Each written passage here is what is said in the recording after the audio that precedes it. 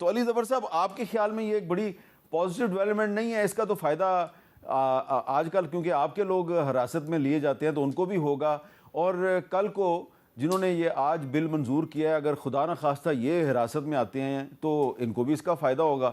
تو آپ کی پارٹی کو تو اس کی حمایت کرنی چاہیے.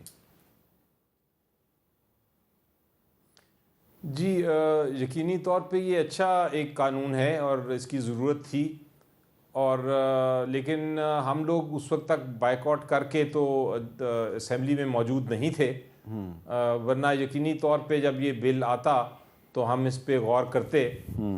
بٹ بہرحال وہ پاس ہو گیا تو ایک طرح سے پاکستان کا فائدہ ہے، اور بالخصوص ہمارے جو سیاسی قیدی ہیں جن کو پرسیکیوٹ کیا جا رہا ہے، جن کے خلاف غلط مقدمے ہیں اور کسی قسم کی رسائی نہیں، نہ ان کو وکیل سے ملاقات ہے، نہ ان کو کچھ بلکہ ان کو ٹارچر کیا جاتا ہے، غائب کر دیا جاتا ہے، تو یہ قانون جو ہے یہ ان کی یقینی طور پہ مدد کرے گا. میں اس کو سمجھتا ہوں کہ اگر یہ قانون میں یہ چیزیں لکھی ہیں جو ابھی بتا رہے ہیں، میں نے پڑھا نہیں لیکن جو بتا رہے ہیں، تو یقینی طور پہ یہ پوری قوم کے لیے فائدہ ہے، اور شاید ان کے لیے بھی فائدہ ہو جب یہ حکومت میں نہ ہوں. اچھا، ایک سوال پیدا ہو گیا رانا صاحب. یہ علی ظفر صاحب نے جو اس سے پہلے بات کی ہے، میں اس کو رسپونڈ کرنا چاہوں گا. معاملہ یہ ہے کہ قید تنہائی سے کیا مراد ہے. معاملہ یہ ہے کہ ان کے ساتھ ان کی یعنی یہ ویسی ہی قید تنہائی ہے جیسی آپ کی، نہیں سن لیں نا، جیسی آپ کی نہیں سن لیں سیکورٹی کے پیش نظر ان کے ساتھ کسی کو بند تو نہیں کیا جا سکتا. ٹھیک ہے. باقی وہاں پہ آپ یہ دیکھیں کہ صبح بڑا لیوش ناشتہ، وہ اس کے ڈیٹیل میں جانا میں مناسب نہیں سمجھتا. وہ باقاعدہ پہلے ڈاکٹر جو ہے وہ اس کو چیک کرتا ہے، اس کے بعد وہ ناشتہ، اس کے بعد یعنی لنچ سے پہلے جو ہے وہ کھانا باقاعدہ چیک ہوتا ہے، پھر اس کے بعد وہ لنچ کرتے ہیں، اسی طرح ڈنر کوئی 7:30 8 بجے، اور جو روزانہ ان کا میڈیکل چیک اپ ہوتا ہے، اور ان کے جو وائٹلز ہیں، جو ان کا بلڈ پریشر ہے، جو ان کی پلس ہے، وہ آئیڈیل ہے. بالکل، یعنی ایک صحت مند آدمی کی جو ہو سکتی ہے وہ ہے. تو اس میں یہ کہنا کہ جی ان کو وہاں پہ کوئی اذیت دی جا رہی ہے، میرا خیال ہے کہ وہ خود باہر اپنا کبھی انہوں نے اتنا خیال نہیں رکھا ہوگا جتنا ان کا خیال ادھر رکھا جا رہا ہے. لیکن بہرحال جو امپریزنمنٹ ہے، قید ہے، وہ تو قید ہے، اور اس کے جو رولز ہیں، جو لا ہے، اس کو اچھا، اب ایک سوال ہے آپ سے.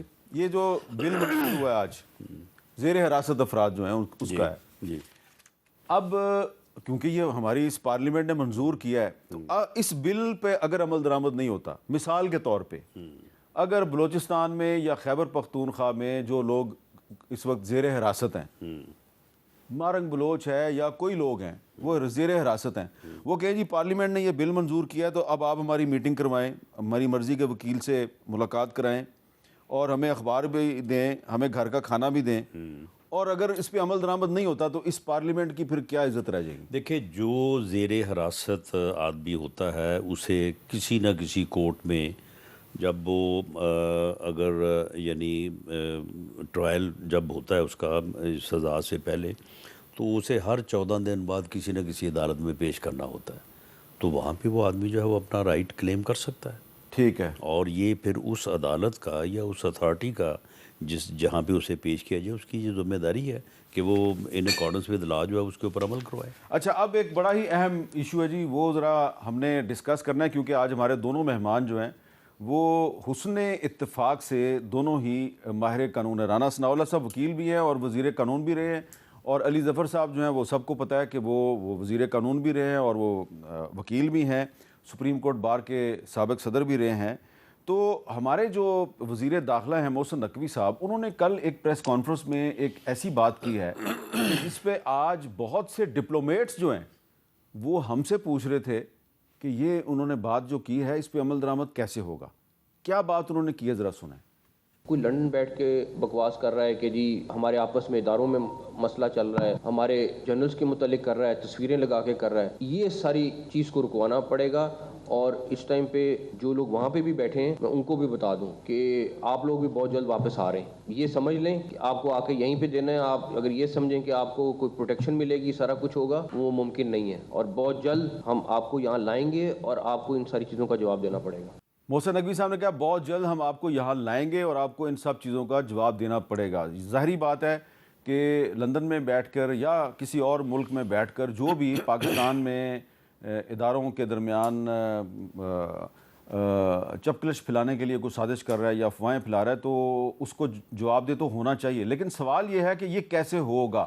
یہ سوال اس لیے ہے کہ ماضی میں بھی بہت سے پرومیننٹ ہمارے جو سیاسی رہنما ہیں وہ لندن میں یا کسی اور ملک میں اسی طرح جا کے ان کی سرگرمیاں تھیں اور حکومتیں وقت چاہتی تھی ان کو واپس لایا جائے. مثال کے طور پہ جنرل ضیاء الحق چاہتے تھے بے نظیر بھٹو صاحبہ کو واپس لایا جائے لیکن وہ نہیں لا سکے, اور جب وہ خود واپس آئیں اپریل 1986 میں تو تب ہی یہ ممکن ہو سکا. پھر الطاف حسین صاحب جو ہیں وہ چلے گئے پاکستان سے اور ان کو بھی واپس لانے کی کوشش کی گئی لیکن وہ بھی واپس نہیں آئے. پھر شہباز شریف صاحب جو ہیں وہ 1994-95 میں وہ چلے گئے, ان کو بھی واپس نہیں لا سکے. پھر اس کے بعد پھر نواز شریف صاحب چلے گئے جی, ان کو بھی واپس نہیں لا سکے. پھر پرویز مشرف صاحب ہیں, ان کو بھی واپس نہیں لا سکے. اب یہ جو بات کی گئی ہے تو اس میں ہمیں یاد آ رہا ہے کہ شہزاد اکبر صاحب جن کے لیے محسن نقوی صاحب نے یہ بات کی ہے وہ خود جب حکومت میں تھے تو وہ کیا کہتے تھے, ذرا سنیں. نواز شریف کو واپس لانے کے لیے ہم نے ان کی ڈپورٹیشن کے لیے بھی کہا ہوا ہے برطانوی حکومت کو, اور ایکسٹریڈیشن کو بھی پرسو کر رہے ہیں. یہ سزا یافتہ ہیں اور وہ بگوڑے ثابت ہو چکے ہیں. 15 جنوری تک نواز شریف پاکستان میں ہوں گے کسی ایک جیل میں. ان کو واپس لانے کے لیے ہم پوری طرح سے متحرک ہیں اور انشاءاللہ ہم ان کو واپس لائیں گے. حکومت نواز شریف کے خلاف اشتہاری قرار دینے کے علاوہ ان کو واپس بلانے کے لیے عدالت میں جائے گی. اب یہ تو صرف چند سال پہلے کی بات ہے, ذرا مزید پیچھے جاتے ہیں, 10 سال پیچھے چلے جاتے ہیں جب چودھری نثار علی خان صاحب پاکستان کے وزیر داخلہ تھے اور کہا جاتا تھا بڑے پاورفل وزیر داخلہ ہیں. انہوں نے الطاف حسین کے بارے میں کیا کہا تھا, ذرا سنیں. الطاف حسین کے حوالے سے جو ریڈ وارنٹ ہم نے اثر 9 بھیجنے تھے اس پہ کام ہو رہا ہے. انشاءاللہ 15 جون سے پہلے یہ ریڈ وارنٹ جاری ہو جائیں گے انٹرپول کو, اور انشاءاللہ آپ دیکھیں گے کہ اس کا جو لیگل ایسپیکٹ ہے وہ بالکل بہت سٹرونگ اور مکمل ہوگا. برطانیہ کے ساتھ ہمارے بہت اچھے تعلق. الطاف حسین سنگین جرائم کے مرتکب پائے گئے. الطاف حسین ان کو کٹہرے میں لانے کے حوالے سے کوششیں کر رہا ہوں. کیس ہم نے انٹرپول کو بھیجا ہے, میں اب اس کو خود دیکھ رہا ہوں. ہم ہر صورت میں اس کو منطقی انجام تک پہنچائیں گے.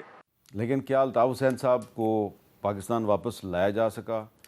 کیا باقی جن رہنماؤں کو آپ واپس لانا چاہتے تھے آپ لا سکے؟ تو اب پھر یہ شہزاد اکبر صاحب کو آپ کیسے لے کے آئیں گے؟